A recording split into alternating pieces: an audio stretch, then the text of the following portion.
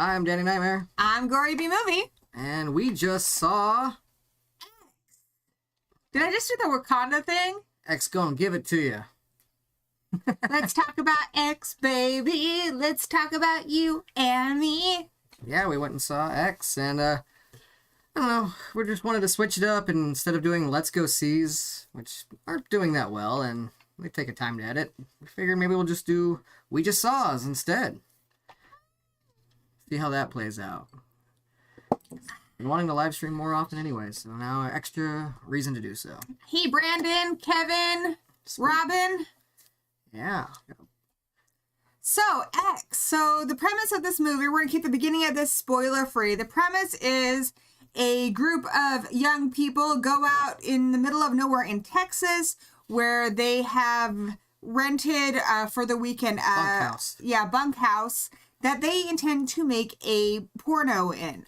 More like this guy's breaks down, he goes up there and he's gonna bang the farmer's daughters, all 2 or 3 of them. Yeah, that's their movie, The Farmer's Daughter. So, yeah, your characters, you got this guy who's 42, who's made a lot of porn movies. He's the producer. His girlfriend has the X Factor. That's Mia Goth. Left his wife for her. He left his wife for her. She's gonna be a big star, so... Then you have, God, why am I drawing a total blank all of a sudden?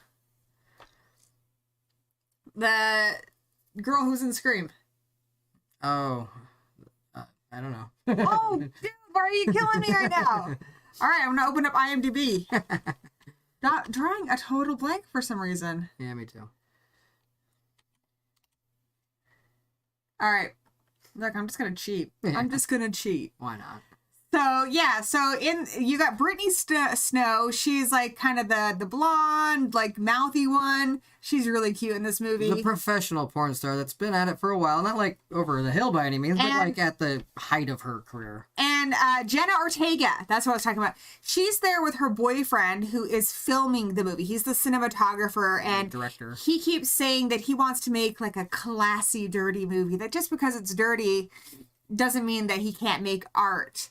And the girlfriend is basically just holding the boom mic for him. And then Kid Cudi is in the movie, and he's basically the guy in the porno that gets to bone everybody. Like, yeah, he bones everybody. He came a lot.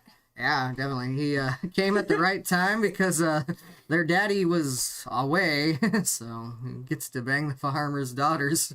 So the plot twist here, where the danger comes from, is these old people are crazy. Yeah, the old guy who, he almost forgot that he rented the bunkhouse to him, and he answers with a shotgun, and his wife, something's wrong.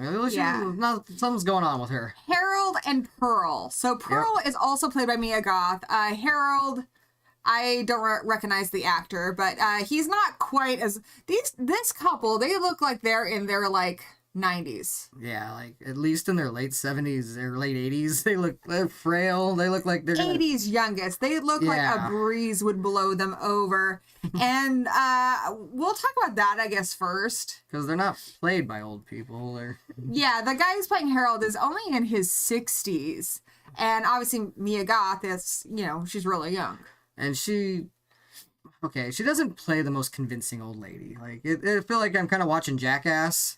Like when Knoxville, puts on the old stuff. Johnny Knoxville makes a more convincing old person than her. Especially now that he is old. It's really hard because she is the main villain, and she looks like a young person wearing like good makeup. I mean, the makeup's good, but it's got that kind of uncanny valley to it where you can tell that this is not a real old woman. And she has that voice where I've seen it in a lot of the movies, especially in the 90s where they pretend like they're old. I think Hook was a good example when Wendy gets all old and all of a sudden she's this old voice. Yeah. And it's so fake. It's the voice is everything about it is really overdone. And so it's really hard to buy these people as actual characters because it's just a little too, it's so unnatural because it's so overdone. She's walking like this and she's got this old lady voice and it's just, you can't invest in her as a real character. And so my biggest complaint about the movie is there are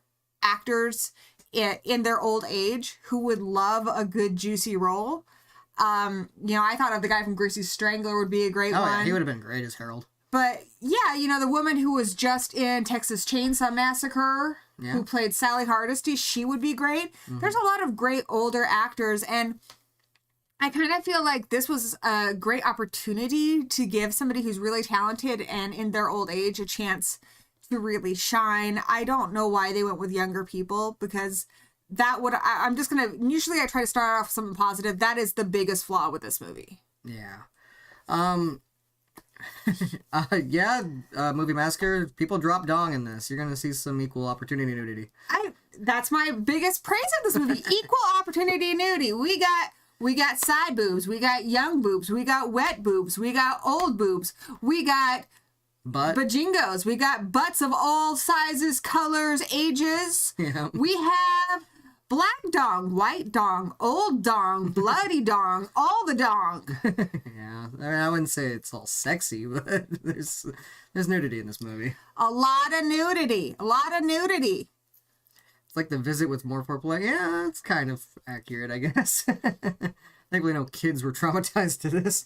Now, one of the other things I really want to praise about this movie is the cinematography. It's gorgeously shot. It looks almost like a real 70s movie. Yeah, some parts. I mean, it has better sound and some better camera techniques that they had back then, but they do a good job of making me kind of feel like I'm watching a 70s movie at times. Sometimes not so much, but I think they did overall a good job with that.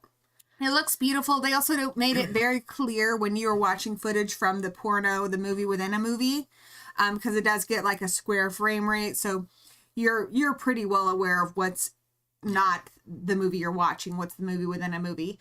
But it looks beautiful. It looks almost like a 70s movie. And clearly they had a lot of love for movies from the 70s and even the 80s a little bit. Like the ones I noticed, I mean, even the poster, you can definitely see the Texas Chainsaw Massacre homage in the poster. Oh, yeah. A lot of low angles when people are walking Texas Chainsaw Massacre. The house that the old people live in, a lot of the house reminded me of Texas Chainsaw Massacre.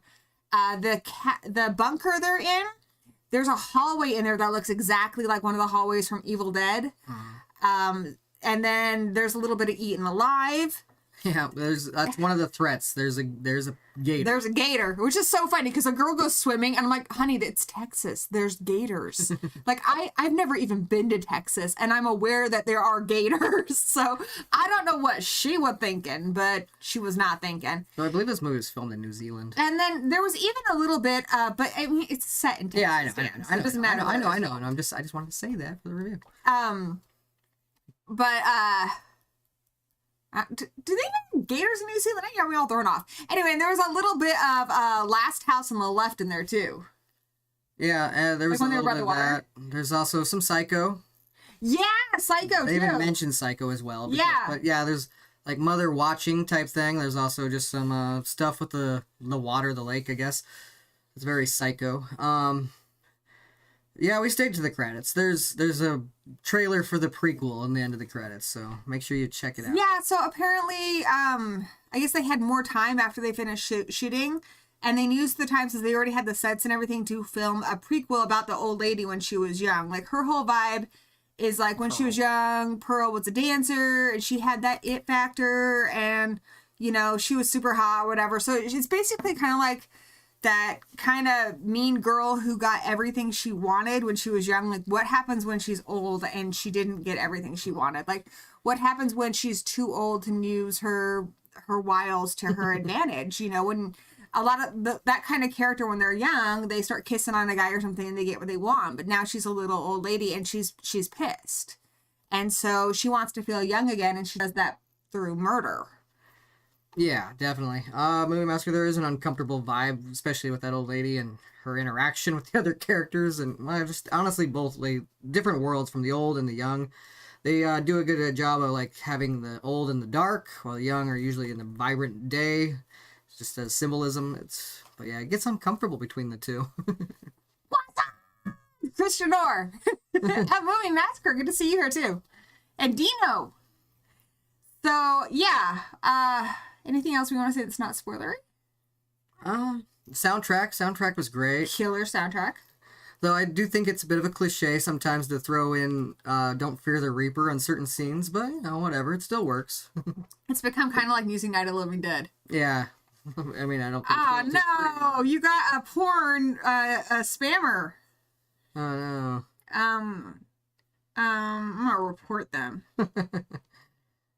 Yeah, reporting the pornography. All right, go away. Yeah. And then can I block them? I don't know. If they don't, I don't know. I removed them. nothing else. Dr. Wolfield, I had one. Not too I long saw the exact same one Dr. Wolfie does. Yeah. You're moving up in the world. I think it's because we're talking about X. There's also a lot of foreshadowing. A lot. So, like, if you're paying attention, you can kind of tell, like, this doesn't seem to have anything to do with anything else. It's foreshadowing. Mm-hmm. One of the things I liked was, I can't remember the exact quote on it, but at the gas station, it's like, pull forward, put it in, pump. I'm like, yeah, there's going to be some boning in this movie. Yeah.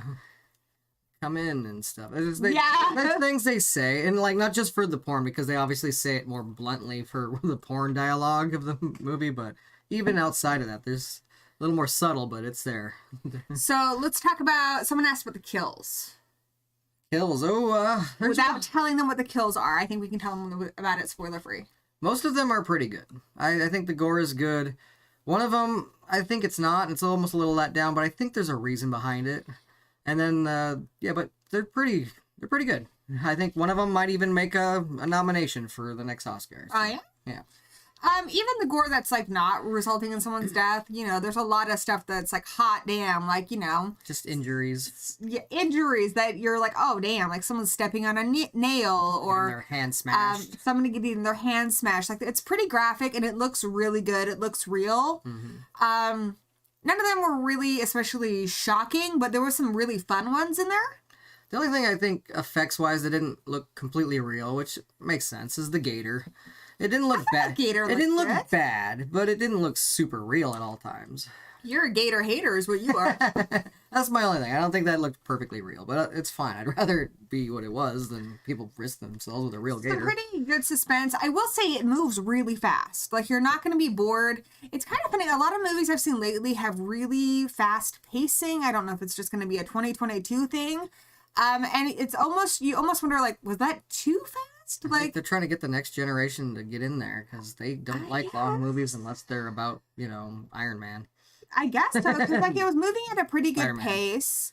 There's developments happening between the characters. Then a pretty big personal development happens, and then all of a sudden we're into Killingville, and then there's no more character development, and it's just killing, and then the movie's over. Yeah. I think there's a little bit of character development after the killing, but it's only for the villains. Yeah, I mean there is with the villains, but after that, like the whole story with the protagonists Just pretty much ends. you're with either the gonna killing die part. or not die. That's basically They kind of cease to be characters at that point for the most part. lemmings running for their lives. There's a little character detail that was added to one of the characters I thought was completely unnecessary at the very end. Like I liked it. I thought it was nice. It's okay. It wasn't like it didn't change the movie, but I was like, okay, that's kind of cool. But yeah, if you're upset about a slow pace, this is definitely very fast paced. Like, I thought it moved pretty fast. I was really surprised. Like, once the killing started, it was like, go, go, go. So it didn't really fuck around. I think there was only one part of the movie I felt was a little slow, and it's just kind of they're hanging out and having some lemonade, and you're getting a little backstory on Pearl. Yeah, in the beginning, there's a couple slow parts, but seriously, once you get to that midpoint and the violence amps up, like, it's kind of go, go, go till the end there. Plus, they'll cut back from that slightly slow scene to some porn, so that picks things up. One of the things I didn't like, and A24 kind of does this sometimes. Sometimes they can get a little up their own ass, Yeah. like with the artsy fartsy shit. And one of the things they did in this that was just unnecessarily artsy was this weird editing thing where they would cut back and forth between two scenes, which usually, like, a film will do that to show a relationship between two separate scenes or two separate characters. Like, one of them, it was cutting to a cow, had nothing to do with anything. One that kind of worked was when a girl was running. That was kind of interesting. But a lot of times, you could tell there was no relationship there. At least not one that I picked up on, unless I just didn't get it. It's jarring, but it does remind me of old 70s movies because they would do those jarring scenes, but they usually had a better reason to. I mean, Yeah. Not all of them. Some of them were bad and they didn't have a good reason either. I've seen some pretty bad 70s movies where it felt like that. So if anything, it did remind me of old 70s editing, but it doesn't mean it's a good thing. Hey, Vicente and Sherry and Ben. What up? What's happening? Excellent. Give it to you. But beyond that, there wasn't too much of that. I mean, you've got the A24 saggy old people. That's a definite trope of the A24 film. But yeah, the editing's a little up its own ass. And the good gore is definitely one of their tropes too. That's a good trope. They'll get naked and they'll get bloody and they don't care what your age is. They'll make it uncomfortable. Thanks, Sherry. Yeah. Oh, I got this cool Morticia pendant too. Carolyn Jones. We just saw it in the theater. It hasn't quite left ours yet, but it seems like it's only got a few more days. Maybe. Do you think you need to see it in the theater? I'm glad I did. I don't know if I think you need to. I think it's fine. This might be just good on your TV at home, being quiet. We had a pretty empty theater when we went. Yeah, I think it looked beautiful, and it's definitely... I mean, I think movies always look better in the theater, but yeah... I mean, there's some parts of it that I think were extra fun, just hearing other people in the crowd laughing. I think if you want to go see a horror movie right now and it's still there, I recommend it. But if you aren't like desperate to go into the theater, then you can pass on this and wait for it to be streaming or whatever. Brandon, we're not upset about the nudity. I love the equal opportunity nudity. I love when there's nudity of all ages and sizes and all kinds of things. Oh yeah, nudity was a hit. One of our favorite movies is The Greasy Strangler. The nudity was a hit. We watch The Greasy Strangler all the time, and that's just a bunch of weird nudity. One thing that I think is a little confusing about this movie is the villain's motivation. Like, I get it. Well, just like the age thing was stretched a little thin, like for reasons. I feel like they did that with the motivation as well. So she's super old and super horny, and she felt like she was really special when she was young, and she's got this jealousy thing because she sees this girl who she thinks is really special. And she's like, well, you don't get to have it because it was taken away from me.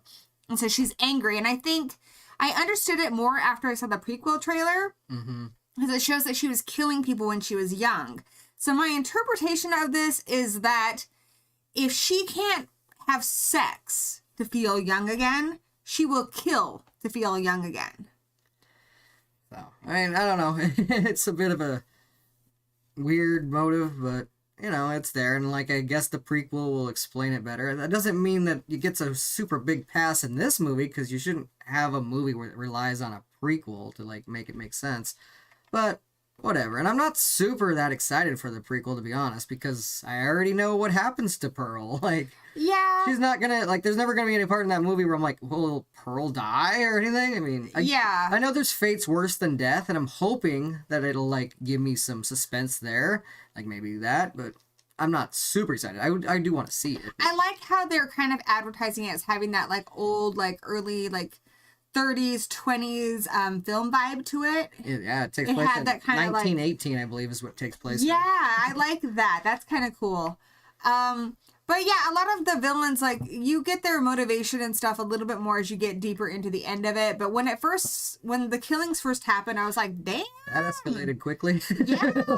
Like, it just seemed a little, wow, that was quick. Plus, I feel like they're so old and frail. Like, it's a little hard to believe that they can do what they do, but whatever. Also, I gotta agree with Movie Massacre. Like, this whole movie could have been solved with a vibrator. I know, like, just get her a toy. I mean, it seems like she's also 70s, just jealous that they're walking around, and they're like scantily clad and stuff, but she seems to have her feathers ruffled even before she finds out they're making a porno. Like, she's being weird even before then. I think because she was this famous sexy dancer, not a porn star, but obviously because it's then, but people lusted over her, I think. Like, she was praised. I think it's more about that. So a toy, I guess, probably wouldn't give her that. Yeah, she wants the attention, the power that came with that. Yeah, it's everyone to gaw over here. But, you know, that kind of reminds me, because in a way that's a theme that's from Last Night in Soho, and they had a great older actress in there, you know, at the end of her career. Yeah, they didn't have to have the younger actress play her, but... And, yeah, and it was entirely believable. Yeah. I just think it was a missed opportunity to cast somebody really talented in their old age to be in this movie. I think we could have had a real old actress play Pearl.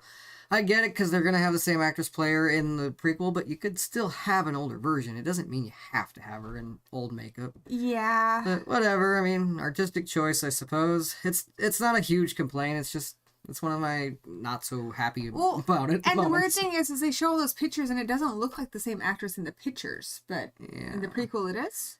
Yeah, I don't know. I'd have to, like, get a better, like, it didn't look like her, but... They could have still had her play the younger version of both of them. Exactly. She didn't have to be the old person. Yeah. They could have even found somebody who looks like her. Lynn Shay would have been terrific. Lynn Shay and the guy from Gracie's Strangler.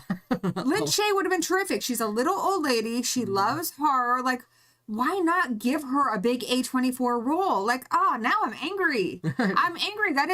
It's such a missed opportunity because the linchpin in this movie is that these old people are scary. Mm-hmm. It's really hard to be scared by somebody who has this kind of, even if you don't know it's Mia Goth, even if you don't know that it's somebody who's like, I think in her 20s in this role, you can definitely tell that it's not, that they have a lot of makeup on. You can definitely tell that there's something odd and uncanny valley about it. She just doesn't play old that naturally. She really doesn't. She overdoes it, but makes her super frail. But then, like I said later, the movie picks and chooses when she can do things that are like how a child would do it. It does kind of play in towards the end, thankfully. But like as I was watching it bugged me a little bit. And they also mentioned that the husband has a heart condition, and yet you see that they have a lot of it they do pretty well on, but like, they have the ability to like string someone up. Like, how are you strong enough to do that? Yeah, they like I said, it picks and chooses its moments of how frail they are and how dangerous they are. So. Brandon Lynn would be entirely comfortable stripping, and if not, they could give her fake boobs like they did in Something About Mary. Yeah, she doesn't have to, like, it could be fake nudity there. Yeah. But anyways, I don't know. I always think of Lynn Shay from Kingpin. That's like she would have been terrific in that. So I just think that was a huge missed opportunity. And people talk a lot, like, when it comes to different groups that don't have a lot of opportunities in Hollywood, that those roles should go to those groups. Like, when they talk about, like, trans roles, how, like, it's wrong to have somebody who's cis play them because there just aren't that many opportunities for trans people, and they're talented people. So give them an opportunity. I kind of feel like that about this. There's not a lot of great roles out there for people, who are very old. Plus, I just want to see the guy from Gracie's Strangler and more stuff. I just want to see him in all the things. All the things. And with more and he's definitely down to get the weird and naked. Bring back his big fake dong from that movie, too. Like, that was a beautiful thing. It would explain why, him and Pearl made it together if he had a big old dong, even if it didn't work that well anymore. Gracie's Strangler had really good dongs in it. It did. It really did, and it had a great. It was very important. It had a great lady bush in it too. Like I was envious of that lady bush. I wish I had that glorious forest. She was a hootie tootie disco cutie. She was. I was just like, I am not half the woman you are, Janet. Not half the woman you are. This movie takes place in the 70s, so they're all hootie tootie disco cuties. It's just sad. It's all disco. It's all disco, baby. But the writing is pretty good. It looks beautiful. I think a lot of people are going to really enjoy it. Do you want to talk about spoilers, or are we just going to give a recommendation? I'll give a recommendation. It doesn't necessarily need to be in theaters, like I said, but I definitely think you should see it. I'm going to say you should see it. I'm giving it a low recommendation. This isn't something that I would ever own, but I would be happy to watch it again, and I'm happy that I saw it. But compared to a lot of A24 stuff, it's lower for me than things like Midsummer or like Hereditary. But I definitely am glad I saw it, and I do recommend that you check it out. And it was nice. There's one thing I just like about the sheriff. He sees like this dead cow in the beginning, and then later on he's kind of like witnessing the end of the movie, and they're like, "What do you think happened?" He's like, "How the fuck should I know?" It's just one of the best lines. Like, I guess Brandon says some people are upset that Jenna didn't get completely naked.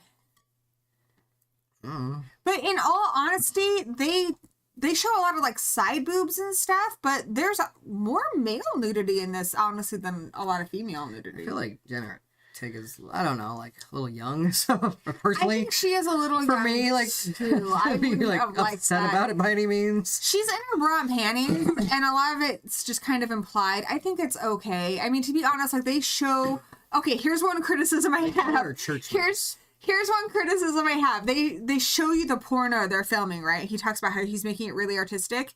I don't know what kind of pornos this guy has been watching, but the angles he used are not porn angles. There's a lot of close-ups of the guy's face as he's like thrusting, and there's a lot of close-ups of the girl's face, which I do see that, you know, in porn. But that's not why people watch porn. Well, even in the beginning, though, like, she told him what would be better angles, like, not just for the porn, but just for the setup of other scenes. So, yeah, I don't think the Someone director... said you gave a spoiler, Dan. Oh, did I? Probably did. Bad. So, we should probably just get into the spoilers, then. All right. Okay, you ready? We're going to talk some spoilers. So if you don't want to hear spoilers, now's the time to leave. Spoilers. Spoilers. Spoilers. There, spoiler talk. So even if you Spoiler talk. join the stream at any point, you should... All right, you can see it. Spoiler talk is happening. Look at that. Oh, with the cow? What? Oh, the thing you said about the cow. That's the beginning of the movie. But... You talked about the end. Oh, well, he just kind of compares it. It's not really has nothing to do with the plot. It's just a funny scene. Yes, it's a bit of a spoiler. Kevin says, I feel like the movie speaks to their reasons for watching the movie. She didn't need to be. Yeah, I agree. Peace out. Bye, Christian. Check it out before you ever watch the end of this stream. Or anybody else's spoilers. Yes. All right, so spoilers. Since it was like a porn, we're drinking screwdrivers. I already drank my screwdriver. I just wanted to point that out. Screwdriver? I hardly knew her. Alright, so, yeah, okay. So now we can talk about spoilers. Them deaths. There's some good ones. Stabs in the throat.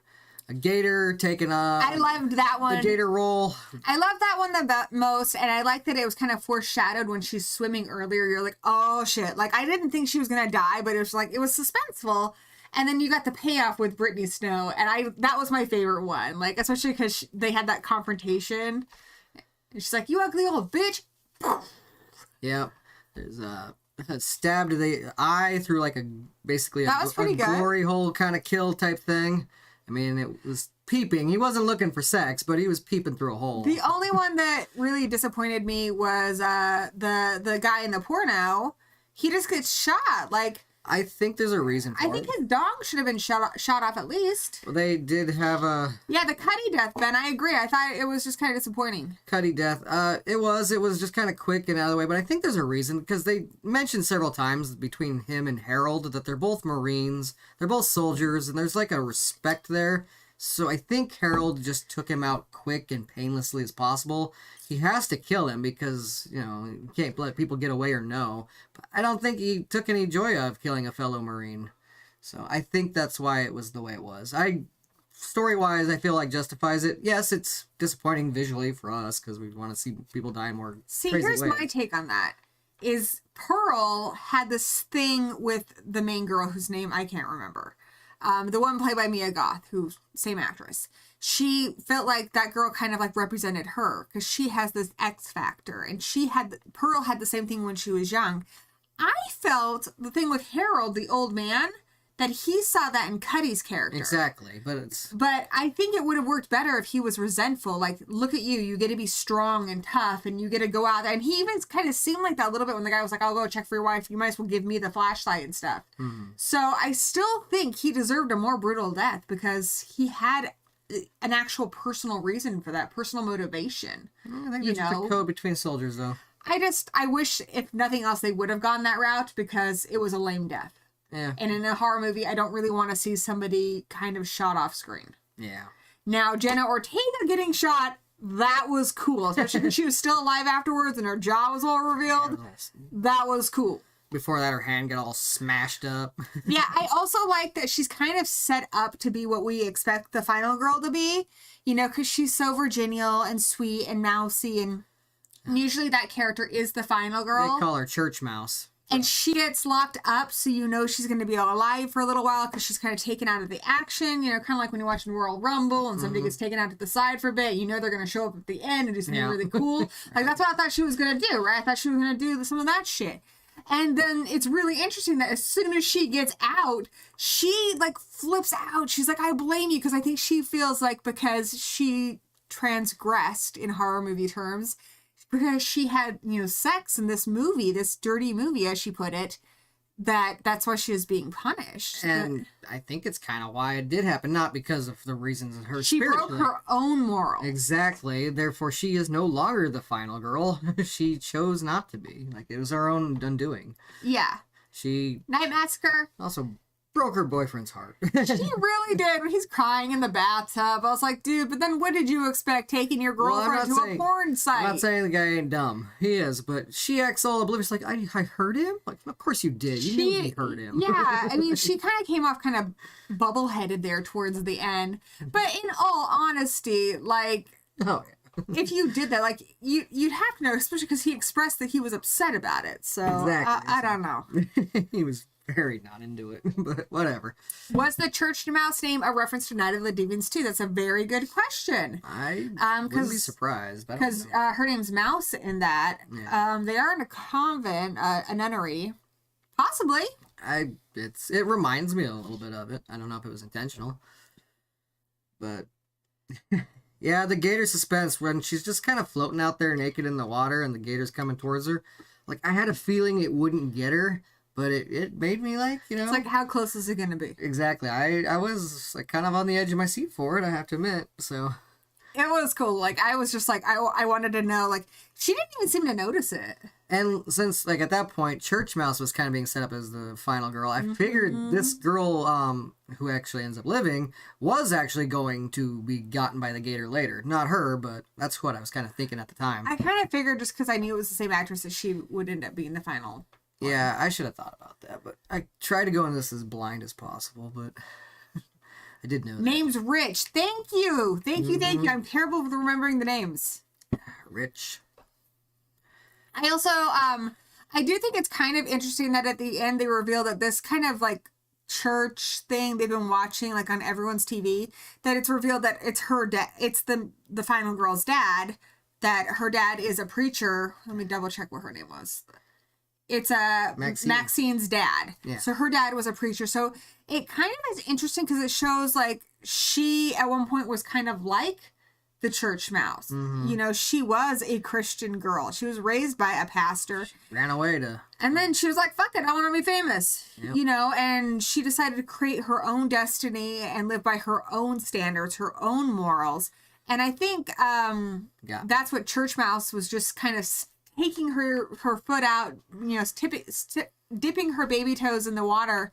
But the moment something happened that she didn't like, she blamed them, even though nobody forced her to do anything. Yeah, exactly. So, and I don't think she dipped her toes in. I think she just cannonballed in there and then regretted it. I think so too. I don't think she really thought about it. I feel like she just, I don't know. I feel like watching it and everything, she got the itch. She got the itch, yeah, and then she blamed them, but nobody forced her to do anything. Nobody even asked her to. But I do like that Maxine is a porn star. Yeah. But she doesn't... She sticks to her own morals and her own guidelines. She sticks to her own morals and guidelines. And she does a lot of cocaine. Yeah. And she still survives, which is cool. Because I think we're past that point in horror films where you have to be, like, the good girl and stuff. And, you know, like... John Carpenter said with Laurie Strode that the reason she survived wasn't because she didn't have sex, it's because she was paying more attention. Well, you know, I'm willing to bet, I don't know personally, but I'm willing to bet you paid a lot of attention when you're high on coke. Oh, yeah, it's definitely one that gets your adrenaline. Like, if it was weed, I'd be like, I don't know. But it's coke, so I'm going to let it go. Coke is a focus, usually. Mm-hmm. So unless you're like hyper-focus. Yeah, I mean, you might be a little distracted. Any more spoilers?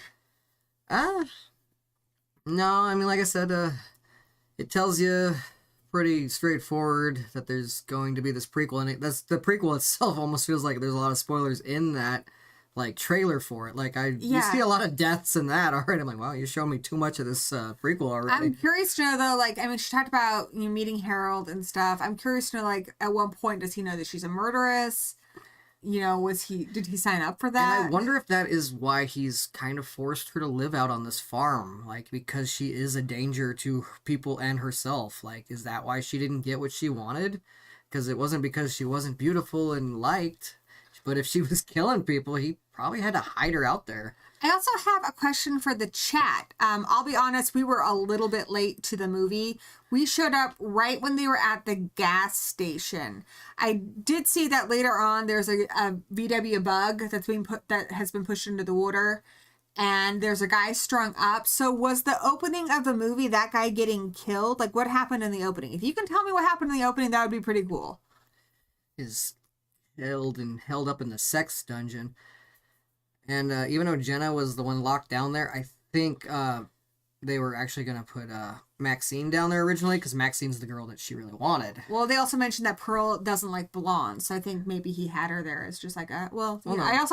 he also didn't know what the girl looked like. Exactly. He didn't know which one she was into. Because remember when she was having lemonade, she snuck out. So he never saw exactly who she wanted. Yeah. But so I think Maxine was going to have that fate, being locked down there. I think that's kind of what they do. They find someone that Pearl really likes, and they put them in the sex dungeon until they break. Ben says it was just a bunch of missing posters for the missing guy. I think I saw some of those. Okay. So we didn't miss much of anything, I don't think we did. But it felt like we got there pretty early. I mean, not obviously early, but early on in the movie. Yeah. Let's see something else. I also feel like they talked earlier on about how she talks about Psycho, because she's like, well, I want to be in the porno, and he's like, you can't do that. That would change the plot. I mean, come on, dude, it's porno. But I mean, I get where he's coming from. He doesn't want his girlfriend in it. But she mentioned Psycho, how it becomes a different story about halfway through. I feel like that's what they were doing, like intentionally doing with the final girl. Like they really said they wanted you to think it was going to be Church Mouse, and then they're like, nope, it's going to be this girl over here. So that was kind of cool. Yeah, like I said, there's a lot of nods to Psycho and Texas Chainsaw Massacre. Like you can tell that they love these movies, but they gave it their own flavor, and at no point do I feel like they straight up ripped anything off completely. Like it was their own spin, just nods. If the guy was crucified, I don't think he was crucified. It looked like he was strung up like this with his pants down. So I don't know. Maybe she got some kind of rigor mortis satisfaction, or she just was playing with his body. I don't know if he was dead when she strung him up. Yeah, I don't know. I think he might have, like I said, I think Maxine was going to have a similar fate. I think they're alive for a while, like the person who's going to be in the dungeon. I think everybody else is kind of killed if there's a group. Because he originally didn't think Harold didn't think that there was going to be that many of them. Yeah, he thought it was just going to be like one or two guys. Yes, for them to choose one, and they probably just kill the other one. So, yeah, the impression I got, because even the Maxine says, you're sex freak. So the impression I got is they open up this bunker to kind of lure stray men in, and then they, at, gunpoint or something, because he does say he waves his gun around a lot, and that's usually enough. Yeah. I'm sure they put the gun towards them and say, okay, you're going to have to fuck my wife, and then we'll let you go. And then they don't let him go. They kill him. Yeah. So I think that's normally what they do. But this time there was a lot more of them. Yeah, so that's why I got out of control. And yes, their as I wanted to say before the spoilers, their frailty really does play at the end of it. Like Harold does suffer his heart problems, and Pearl. When she uses that shotgun, she flies backwards with the shotgun. Yeah. And she had probably the best death. I like I said, that might make the Oscars a nomination for best death. Just another bump in the road. But the more I think about it, not even just Lin Shaye. Lin Shaye would have been great, but it's also a role I kind of would have liked to see maybe somebody who had played a final girl in the 70s, somebody that's like such a horror icon of some sort. It would be cool to find somebody who was actually a sex symbol in the 70s. Yeah. To have played that role. Like, they did a good job in Last Night in Soho, because, that woman had been in the Avengers and in James Bond and stuff. Get a former Bond girl. Get somebody who was... Uh-oh. Came back. Get somebody who was known for their sex appeal when they were young. I think I think it would have had a better impact than having it be this actress in a ton of makeup. Yeah, that's just one of the hard. Her believing her makeup and also believing that just these old people were that frail but still violent enough when they needed to be. Those are the only parts that really stretched my believability on this. Like, I'm like, eh. I don't know if they needed to be that frail, because him Exactly. having a heart condition, like... Yeah, he could be like in his late 50s and have a heart condition. Yeah, well, you don't have to be scrawny to have a heart condition either. And also, you could, they didn't have Viagra in the 70s, I don't think, so he could have just not been able to satisfy her at his younger, but still old age. Yeah, there could have been a lot of reasons. Like, honestly, well, no, because they need them to eventually have sex. So if it was a Viagra thing, then it needed to be his heart. I think that the heart thing worked out well. But, yeah, I think just an older... a lot of my problems with this movie would have been fixed by just hiring actual people in their 70s. Or, even 80s. Somebody who's actually old. I think, I got a lot of the themes, and I did feel things in it, especially when she's like combing her hair and stuff, but I felt it more in like a, internalizing it more so than watching her. Could have whittled her and told her. Like I said, though, I think it's the lust that she really wants. Not a machine or a toy can't give you lust, I guess. Like lust after you, want you. Especially back in the day, too. I mean, even to in modern days, to a degree, the only power women have ever had is sex. That's something we have, and it, back in the day, like if you wanted a role in Hollywood, you had to fuck for it. If you wanted, pretty much if you wanted anything, that was how you even Last Night were in Soho told to do it. Last Night in Soho was a very good example of that as well. Yeah, like that is, they make jokes about it in tons of movies, like even Jennifer's Body, which I think is a pretty good like feminist film, but she's like, these things are like missiles, you just point them in the right direction. Like we are, as women, we're taught at a very young age that if you're pretty, you have power. Yeah. If you have boobs, you have power. And I think, especially because she was alive in the early 1900s, I think she was taught that was her power. And I think she enjoyed wielding that power. And then when it went away, I think it made her resentful, especially towards other people that she saw had that sex appeal. Especially, Mia Goth, who like not only has it, but she has that X factor. Yeah. I do think old people are wiry. It's not that they're wiry. It's just, they go from I don't think they needed to be wiry. Yeah. I've seen old people who are of lots of different body types. I don't think they had to have been wiry, and the makeup wasn't very believable with Mia Goth. Yeah. And some other kills, were justified. Like, even, an old lady could kill you that way. I could see it. There's just some of them where it's like, I was just wondering how they strung that guy up, because he has a hard time dragging Jenna Ortega. Yeah. And she doesn't seem like she'd be able to do it. It reminds me a lot of Don't Look Now, too, because that was very 70s, that had a lot of sex, and a killer that, catches you off guard because it doesn't look like it's going to be a threat. Yeah, like Brandon mentioned the blowjob scene in Starry Eyes, like 100%. And she was a dancer, so I bet, she got coerced, or she chose to do a lot of things in order to... And that's probably what the prequel is going to be about. Yeah. It might even be what drives her to that point. I don't know. We have to see it. The Boys did it recently, too. A really good one. Exactly. Starlight joins the Seven or whatever. It's not even just power. You're taught that is your value. Yeah. And that's where they say a lot of women don't get good acting roles after they turn 30 or turn 40 or whatever. Because you're not valuable anymore when you lose your looks. And I do think this movie touches on those themes really well, because that is a true thing in our society. Like, women are valued for their looks. Men are taught, we're told that men he's strong and brave. Well, no, I don't even mean that. Like, men age gracefully, or like, a lot of older men were told that they're very handsome and stuff. In fact, a lot of older men get these great Marvel roles and get movies like Taken, and it's like, what the actual fuck? Whereas most of the women in the Marvel universe are like 10 years younger than them. I think for the longest time, since they assumed that men had all the money back in the day, they would cater to their fantasies, and when men got older, they're like, well, see, you're still great. Like, it's just, I don't know, but I don't know, but like, you know, it seems like it's getting a little less like George that. Clooney gets older and everyone's like, you know, oh, he's still so handsome, but people don't say that stuff so much about like, you know, Madonna or Julia Roberts and stuff. And women, you know, are under a lot of pressure that we have to look young, that we have to try to look like we're in our fucking 20s for the rest of our lives. Like, we're not allowed really to age, and we're not treated like we have value as we age. Yeah. If you don't, especially if you didn't age well enough or whatever. Mm-hmm. Even like the new Scream movie, one of the biggest complaints I heard people say was talking about the, you know, Botox Courtney Cox has done. Like, that really shouldn't have anything to do with it. What if Gail Weathers has got Botox? So if Courtney Cox has Botox, I mean, she's still the same person.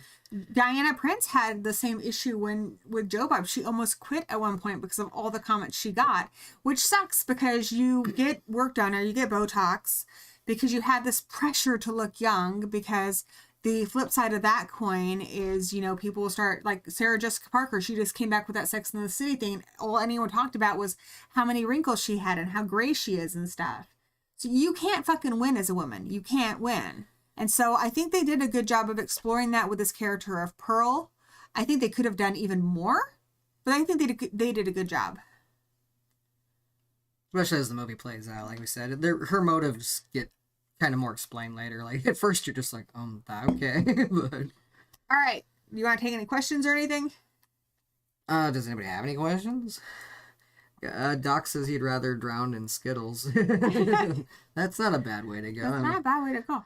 I'd go with like Reese's Pieces myself, but yeah, not bad. The chocolate would get all sticky. Who cares? Someone else can wash my body. I want to drown in pudding. There you go. I want to drown in the lemon meringue. A giant lemon meringue pie. Oh, that sounds so, like, it sounds like it'd be so soothing. Like, you're just like, let go. Just go to sleep. Go to sleep. Let it fill my lungs. That tangy deliciousness. We're weird. I know. We're weird. Anyways, do you guys like this idea better than the Let's Go Sees? Because, I don't know. I want to talk about recent movies more. I don't want to give that up completely, but I've got burned out on the Let's Go Sees, and they don't do that well, so I was hoping maybe We Just Saws would be better. We just do it live. Have fun. And I agree with Bill. I think, you know, Meryl Streep and Diane Keaton, like, they're two incredibly talented women. And when I see them in anything, I sign up. And there's also a lot of other women who I think are still very talented, like Renee Zellweger when she's in something. Yeah, and so I 100%, we vote with our dollar. And when they're in something, I pay attention. Jane Fonda's another one. Gory, can you make an argument on how some men have to face a similar feeling of youthfulness from a perfect society for us to be constantly chiseled? You know, that is true to a degree. Like, I'm not a man, so I'm not going to speak for you guys, you know, as much just from what I've seen and what I've read. But there is an idea that to be masculine, you have to be unnaturally chiseled. And it's ridiculous because I watched an interview with Channing Tatum. There's a lot of actual, like, action stars. Sebastian Stan has had it. A lot of these action stars end up having body dysmorphia because they're fucking ripped. They're ripped. Like, if they were a normal guy at your house, you'd be like, Jesus fucking Christ, what are you doing? And when you talk to them, when people talk to them in interviews, they're like, it's not fun. I don't eat. I don't eat and I lift weights all the time. Like, it's not, you have to live a very unnatural life to have that body. Like, Sebastian Stan has body dysmorphia now because he had to do that to be Bucky. And I think that them doing that is very similar to how, like, we put women who are photoshopped in bathing suits on magazine covers and we're selling an unrealistic standard. You know, we plump up their breasts, we cinch down their waist, and then we're telling men and women that this is the sexual ideal. Mm-hmm. And it's unattainable. It's not real. You either have to live very unnaturally or be photoshopped. And yeah, it happens to men too, and it really, really sucks. I don't think it happens on the same scale, but it definitely does. I think Bruce Willis was a good breakthrough for action heroes. I mean, yeah, it's still like this older guy's unrealistically surviving and being super manly, but he wasn't Arnold Schwarzenegger or Stallone or anything. He wasn't Dolph Lundgren chiseled. He was just kind of more of an average looking guy. A good movie, Brandon, that would actually really explore that is Titan. That one guy is really going through that as a firefighter, and he's like struggling with steroids and stuff because he feels that pressure. And thank you, Haunted by Horror. I'm glad you like the live format. It does seem it's more fun for me. It's more fun. I just want to make sure it's more fun for you guys. But the one aspect of being a woman is when we do have that body dysmorphia too, you have to have big tits and a big ass and a tiny waist, and it's impossible. But we're also not allowed to age. We're very restricted in what we're allowed to do and still be considered valuable. I think it's gotten better for both, but it's still a problem, obviously. But, you know, the younger generations saying, you know, it's good to be thick and stuff. I mean, and a lot of the dad bod gets love now, so I think both, it's getting better for both. But even the big Oscars controversy, you know, it sucks because she has that condition that, you know, made her lose her hair. But it's just a shitty low blow joke to make a comment on the woman who shaved her head. Like, you have to, a lot of jokes are made at women's appearance, you know, like Leprechaun. I just reviewed that and I did not make the joke about Jennifer Aniston's nose that everyone makes because it's low hanging fruit. It's not even that funny. You know, somebody reviews Scream 3. They're going to make a joke about Courtney Cox's bangs. It's so acceptable to poke fun at women for their appearance. And I'm just kind of over it because it's really just... That doesn't mean like what Will Smith's reaction was great. No, it wasn't. But I live by Roger Rabbit's rules. When it's funny. Just about everything's okay if it's funny. Just about anything. You gotta just know when. But if in that case, like one, I've heard those jokes a billion times, and they weren't even that funny the first time. So I just say, let's move on. Let's find more creative humor. It's low hanging fruit. It's not that good, and honestly, it's not doing any good for women. Yeah, Hugh Jackman, a lot of pressure because Wolverine especially doesn't really age. So he had a lot of that problem too. And I hear Disney's like hounding him to come back for more, but he so far has not said yes. Yeah, Brandon, I don't think that is a breakthrough. It shouldn't be a breakthrough in our modern day for a plus size woman to be on the cover of Cosmo. That's bullshit. That should have happened a long time ago. I mean, it's good that it happened, but it shows how much farther we need to go. It should not be happening now. It shouldn't have been like, oh, they finally did it. Yeah. Because what does that say? Like, there's a lot of things where I'm just like, we got to go a lot farther with it. I mean, it's better than not ever doing it. It's a nice step, but, you know... Let's not pat ourselves on the back too hard just yet. We're not walking just yet, you know?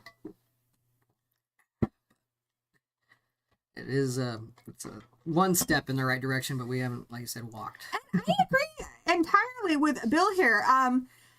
There are a lot of people, like, for just about any body type, any color you are, anything. Like, I used to have the biggest self-esteem issues with my nose. I have a very long, very big nose. And I got teased for it when I was a kid. And for the longest time, I was like, I need to have one of those cute little girl button noses. And then as I got older, I would meet people who were like, oh my God, I love your nose. And I realized there are actually, maybe not everybody, maybe it's not the mainstream ideal, but there are people who find it attractive. And I learned to find it attractive. Fuck whatever is, you know, considered the popular ideal. And I do think that's entirely true, Bill. And I think we need to highlight that kind of stuff more. Like, you know, back in Renaissance days, having a big curvy gal was like, that was the thing. And then in the 90s, it was, you had to be like waifishly small. So I think we just need to celebrate more different kinds of people and embrace people of all ages. And I feel like... Well, the Renaissance, if you were pale and like a little heavy, you were rich. And those are the people who were paying to have art made. So, I mean, there you go. If you were tan and lean, that meant you were poor, and therefore people looked down on you. I mean, it got way changed later on in life, but that's how it was originally. Yeah, humor is definitely subjective, so is horror and all that stuff. Like I said, I don't know, a lot of people say this is like an amazing movie, and I liked it, but I think it is a little overrated so far, but that is subjective. I do think it's a little overrated. Subjective just completely. I think it's beautiful, but the story wasn't entirely there for me, just because the villain thing kind of fell apart for me. But like I said, it did a good job with a lot of things I complain about. Equal opportunity nudity. Yes. Some cool themes explored. So I think they did a lot of things right. It's just usually with A24, they're usually for me like 4-star movies or above. That's like a 3-star. Might get a little higher than that, but 3.5 is kind of where I'm falling with it. The half-star you can always volley back and forth on, but I'm in a 3.5 zone with this. You? 3.5, 4 maybe, but it'd be like just getting a 4. Like I said, it's subjective. If anybody who tells me this is a movie is amazing, I'm happy that they saw this movie. Yeah, I'm not saying they're wrong. It's like everything's subjective when it comes to art. Entirely. I'm glad that a lot of people love this. When I hear people this excited about horror, that's good because it means we're gonna get more horror in the theaters and more budgets and stuff. Yeah, I'm happy that people are loving it. For me, this year's just been a little disappointing, and I don't like it just because I hate feeling like I'm not invited to the party. Like I didn't like Scream as much as everybody else did. I didn't like this as much as everyone else did. I really just want to go to a movie and be really wowed. And when everybody else is excited about a movie, I want to be right there with them because that's a lot more fun. Yeah, it's been something. That slap is definitely up in Chris Rock's bank. So Yeah. definitely. I'd take a weak Will Smith slap if it made me get that much money. Doc, that's not true. Actually, there was a guy who went viral like a month ago for accusing people in his church of being witches and saying that he was going to go to any means necessary to get rid of them. Yeah, he was basically threatening their lives. So yeah, unfortunately, no. We're not even past accusing people of I witchcraft. do think the mass majority knows the dude's crazy, but he is also running a church who are very loyal to him, and therefore it's very dangerous. Like, even if it is just those followers, that still could get out of hand. I think whenever we dehumanize anybody, we put them in a place where they're going to be vulnerable to attack. That's why I like it when movies just write people as people, because when people are treated like people, everybody views them as people. Exactly. But unless they're not really, we got way like, deep. They're like wearing all these prosthetics, and then they're not, that's just like, oh, well, you're not really an old person. And I guess it kind of ties back in there because Pearl, like, she has this uncanny valley to her. She doesn't really look like a human.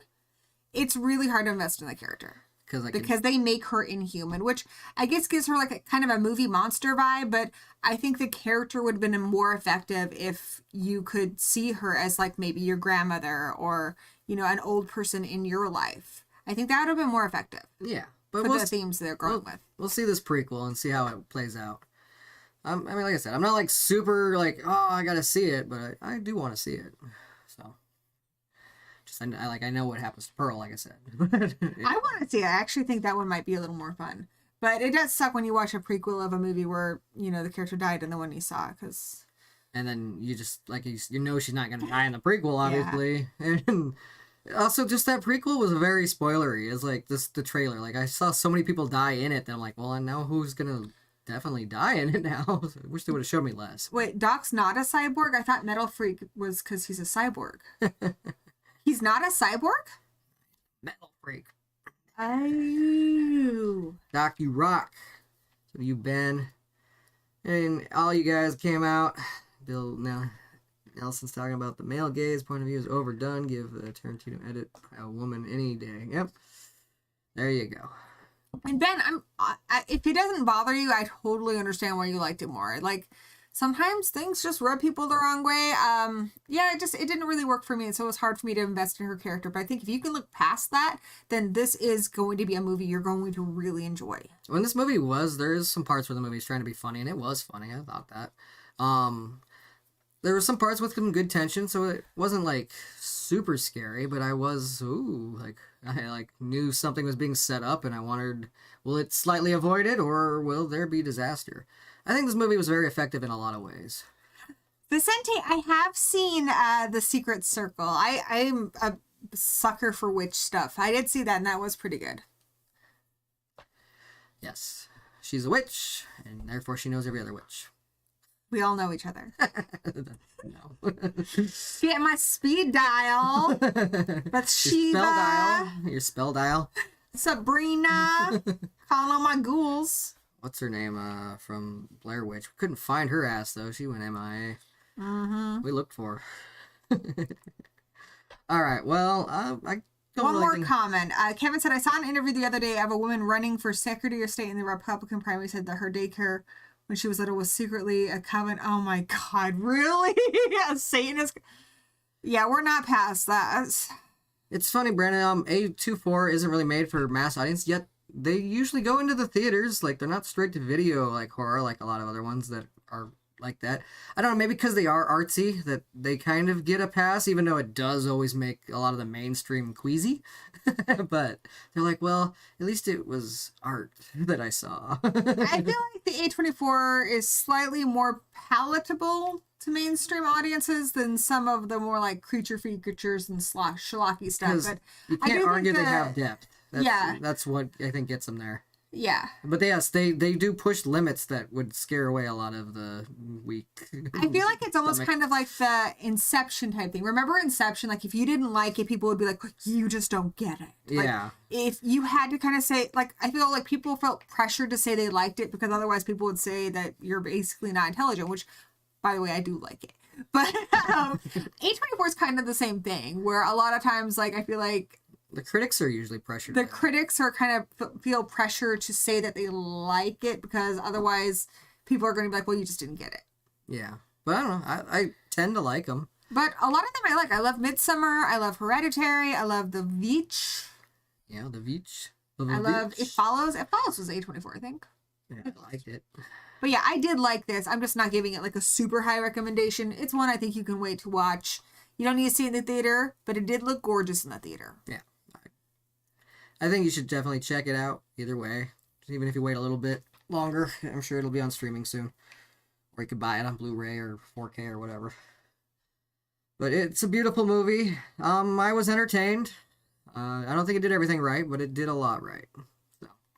Yeah, Brandon, I agree with that too. It's even in the horror community, there's a lot of gatekeeping, and I think, like, you know, you said about Halloween is one of them. If you don't love Halloween, you're a horror fan. If you like even one horror movie, you're a horror fan.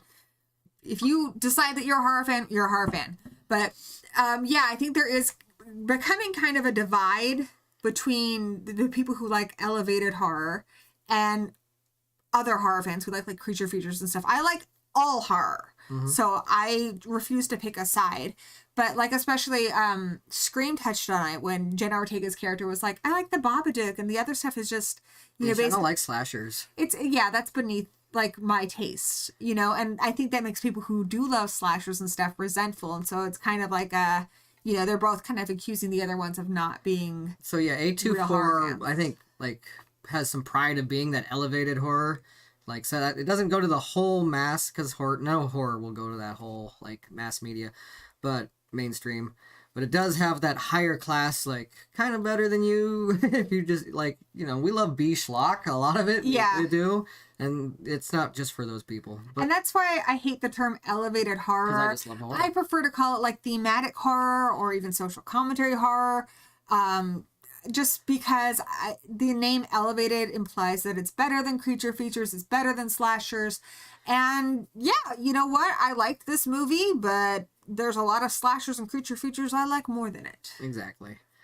The budget won't determine how much I love it. Yeah, the budget, the artsiness doesn't determine how much I love it. It's nice sometimes. I mean, I wish even some of the like movies I really love, it would have been nice if they did have a bigger budget. Mm-hmm. As someone who wants to make a horror movie, I would love a huge budget. But... I mean, Halloween is arguably artsier than A Nightmare on Elm Street, but I still prefer A Nightmare on Elm Street. And they say in life, more money, more problems, and I don't know if that's true because I've never had a lot type of money to find out for myself, but I do believe it's somewhat true for horror movies because the more money you usually put into it, the more meddling from studios and people who just want to make more money. Yeah. I mean, sometimes it just all connects and it doesn't matter, and it's a great big budget movie. Sometimes it does the same thing with a low budget, but it feels like there's a lot of meddling when there's a lot of money being fought over. And one thing I love about A24 is I don't feel like that there is a lot of meddling. I feel like they do a good job of trusting the artists that they hire, in this case Ty West, to make the movie they want to make. I think they do a good job of screening the directors in a sense to know that director is on the same page of what they represent. Yeah. So. Yeah, I think they hire Ty West, so like, yeah, you make the kind of movies we like. We're hiring you. We trust you to make a good movie. Whereas there are other studios hire artists like Dimension did with Wes Craven, and then they start telling him how to make a movie. Yeah. Why are you telling Wes Craven how to make a movie? You don't get to tell Wes Craven how to make a movie. Those are usually the ones of his that aren't that good because it's not his fault. It's usually meddling. I'm not saying the guy's perfect. Nobody is, but I'd rather him do something crazy out there and me not completely love it than it was just not good because the studio changed it up so much. I'd rather him swing for that, fence himself. That's how I feel about basically any director in movies, so. I agree.